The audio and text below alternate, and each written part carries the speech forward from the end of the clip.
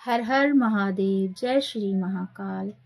आज मैं आपको सुनाने जा रही हूँ श्री शिव महापुराण रुद्र संहिता दूसरा अध्याय सती खंड प्रथम अध्याय।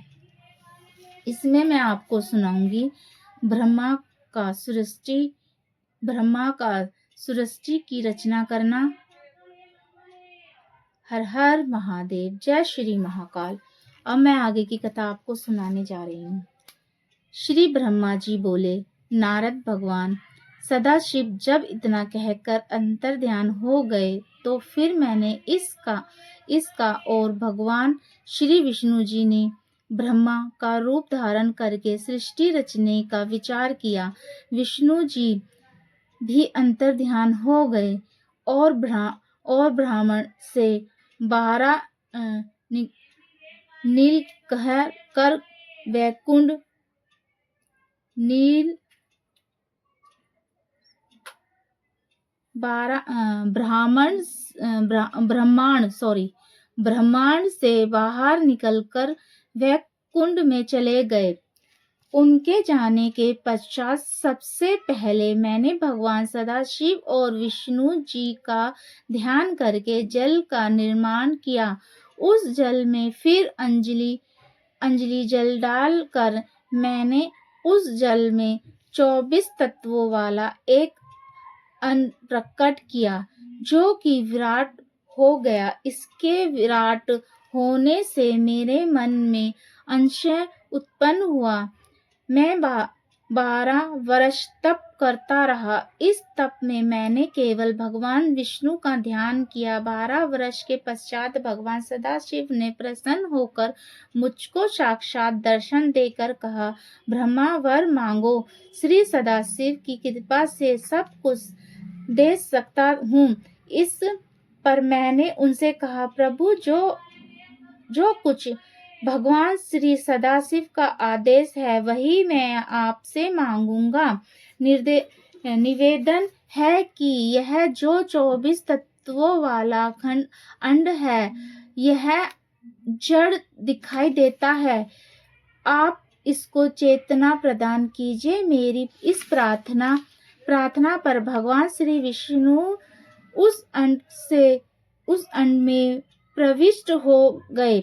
उनके अंड में प्रविष्ट करने के पश्चात उसमें से सहस्त्रों सिर, नेत्र और चरण सहित अंग निकले और उन्होंने समस्त पृथ्वी को घेर लिया। भगवान श्री विष्णु सातों लोकों के अधिपति हो गए। भगवान सदाशिव ने उसको कभी कष्ट न होने वाले कैलाश पर स्थान दिया। अब मैं सृष्टि रचने लगा।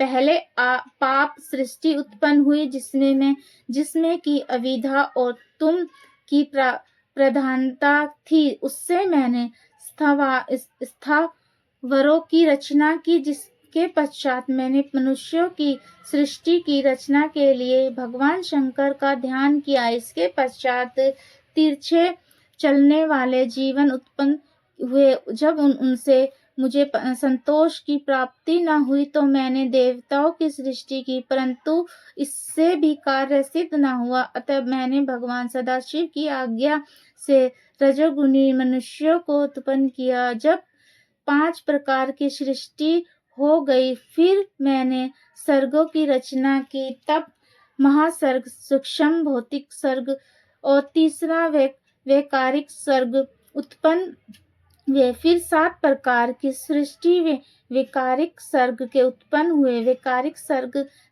से नवा कुमार उत्पन्न हुआ। सनकादिक मेरे ऐसे मानसिक पुत्र थे जो महान वैराग्य से संपन्न थे। जब मैंने उनसे सृष्टि रचने के लिए कहा तो उन्होंने वैराग्य प्रकट किया,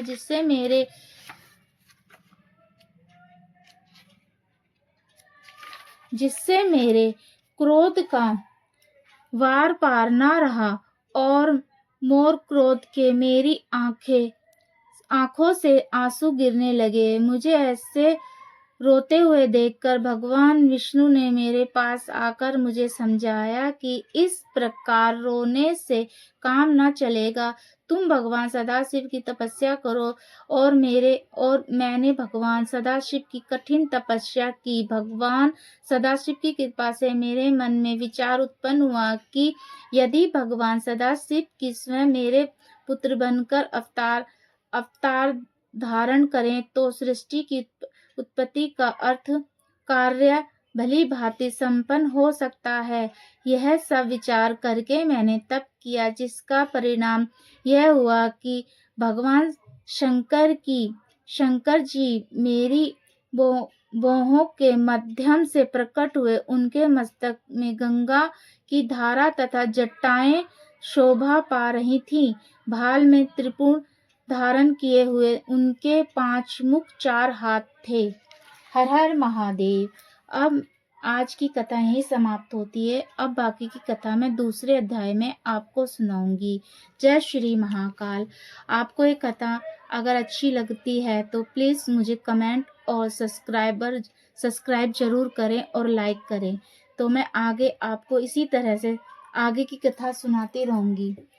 अभी मैं आपको महाशिव पुराण की कथा सुना रही हूँ। आगे जाके भी ऐसी भक्ति की सारी कथाएं मैं आपको सुनाऊंगी। हर हर महादेव। हर हर महादेव। जय श्री महाकाल। जय श्री महाकाल।